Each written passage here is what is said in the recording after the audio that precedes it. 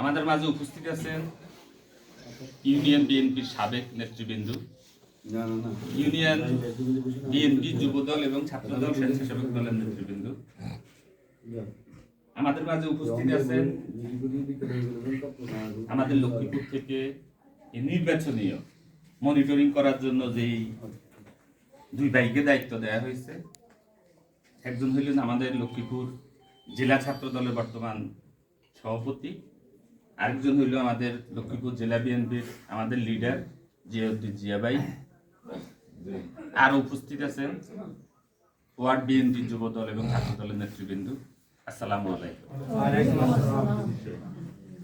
আমাদের এই সর্বপ্রথম আজকে আমাদের এই 14 নং মান্দারি ইউনিয়ন সর্বপ্রথম 1 নম্বর ওয়ার্ড নির্বাচনীয় 2026 12ই ফেব্রুয়ারি যেই জাতীয় সংসদ নির্বাচনটা হতে যাচ্ছে, সেই নির্বাচনের সর্বপ্রথম আমাদের ব্লক কমিটি।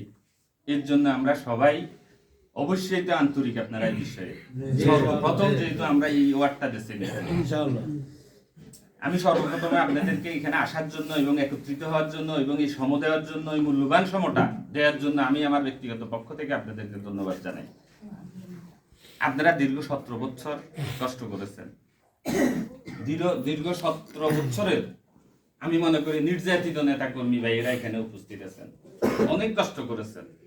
দীর্ঘ 17 বছর পরে আমরা আজকে একটা গণতন্ত্র ফিরে পেয়েছি, সেটা আপনারা জানেন। চাইলে জুলাইয়ের সে অভ্যুত্থানের একটা ইতিহাস, চাইলে জুলাইতে যে সমস্ত আমাদের নেতাকর্মী আহত হয়েছেন, নিহত হয়েছেন, আজকের এই দিনে আমি ওনাদেরকে শ্রদ্ধার সাথে স্মরণ করি এবং আমাদের স্বাধীনতার ঘোষক বহুদলীয় গণতন্ত্রের প্রবক্তা শহীদ রাষ্ট্রপতি জিয়াউর রহমানকে।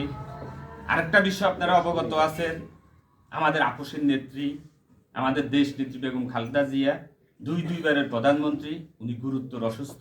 আমরা এবং আপনারা দেশবাসী আমরা সবাই ওনার জন্য দোয়া করি, উনি যেন সুস্থ হয়ে আমাদের মাঝে ফিরে আসতে পারে এবং ওনার অসমাপ্ত যে কাজগুলো বাকি আছে উনি যেন আমাদের সাথে ওই কাজগুলো শেষ করতে পারে। এর জন্য আপনারা সবাই ওনার জন্য দোয়া করবেন। আমি আমার সংক্ষিপ্ত আলোচনা এখানে আর দীর্ঘায়িত করব না। আমাদের মধ্যে যদি কোনো দ্বিধাদ্বন্দ্ব থেকে থাকে, দয়া করে আপনারা এগুলা ভুলে গিয়ে আগামী নির্বাচনে, আগামী 12ই ফেব্রুয়ারি নির্বাচনে আমরা আমাদের প্রার্থী শহীদুদ্দিন চৌধুরী এনিবেকে কিভাবে বিপুল ভোটে জয়যুক্ত করতে পারি, এই বিষয়ে আমরা সবাই তো একমত। এই বিষয়ে আমরা সবাই একমত থাকতে হইব। ভোটের দিন পর্যন্ত আমরা সবাই একত্র সংঘবদ্ধভাবে আমাদের কাজ করতে হবে। আর আরেকটা কথা আমি আপনাদেরকে আজকে বলে দিতে হবে, আপনারা হাদির মৃত্যুর ঘটনাটা অবশ্যই জানেন। যেই লোকটা হাদির সাথে ছিল, অর্গানাইজ করছে, হাদির সাথে একসাথে খাইছে, একসাথে ঘুমাইছে, সেই লোকটা হাদির মাথা গুলি করছে। দীর্ঘ 17 বছর আমরা আন্দোলন করছি, সংগ্রাম করছি, যুদ্ধ করছি, রাজপথে ছিলাম। আপনারা অনেকে জেল খেটেছেন, অনেকে জেল কারাগারে ছিলেন, আপনাদেরকে সহযোগিতা করছে আপনাদের বাবা মা, ভাই বোন, আত্মীয় স্বজন। এর বাইরে কে ছিল? এর বাইরে আমাদের দলের নেতা কর্মীরা ছিল, এর বাইরে আমাদের নেতা শহীদুদ্দিন চৌধুরী এনিবে ছিল, জেলা নেতৃবৃন্দ ছিল। কিন্তু দেখা গেছে 5 তারিখের পর আমাদের অনেক নতুন নতুন বন্ধু কিন্তু আমাদের মাঝে এসে আমাদের সাথে বিয়ে করতেছে। এই জিনিসটা আমাদের অবশ্যই ব্রেনে রাখতে হবে, খেয়াল রাখতে হবে। এরা কে? এরা অতীতে কোন দল করছে, কি করছে। আমি কোন দলের বিরুদ্ধে আলোচনা করে আমরা ভোট চামু না কারো কাছে। আমরা দল মত নির্বিশেষে জনগণের হাতে ধরবো, পায়ে ধরবো, ধরি আমরা ভোট আদায় করে নেব। তবে ওই বিষয়টা মাথায় রাখতে হবে, ওদের কাছ থেকে সাবধান। যারা 5 তারিখের আগে আমাদেরকে সময় দেয় নেই, আমাদের সাথে ছিল না, অন্য দলে ছিল, তারা আমাদের মিছিল মিটিং এ এখন আসলে আপনারা তার লক্ষ্য রাখতে হবে, তার প্রতি খেয়াল রাখতে হবে, তাদেরকে নিয়ে অর্গানাইজ করতে হবে, তাদের প্রতি লক্ষ্য রাখতে হবে, বা না রাখাটাই ভালো হবে। যাদেরকে আমরা চিনি তাদেরকে নিয়ে আমরা অর্গানাইজ করবো, মানুষের বাড়িতে যাবো, ভোট চামো, মানুষের হাতে পায়ে ধরবো আমাদেরকে ভোট দেওয়ার জন্য। গত 17 বছর আমাদের দল একটু নিষ্ক্রিয় ছিল, সেটারও কারণ আছে। আমরা মিছিল মিটিং করতে পারিনি, আমরা রাস্তাঘাটে উঠতে পারিনি, আমাদের নেতা কর্মীরা বেশিরভাগ জেলে ছিল, কারাগারে ছিল, বিভিন্ন জায়গা অতিবাহিত করছে। আমরা 17 বছর জনগণের কাছ থেকে একটু দূরে সরে আছি। এর কারণ হইলো ভোট হয়নি।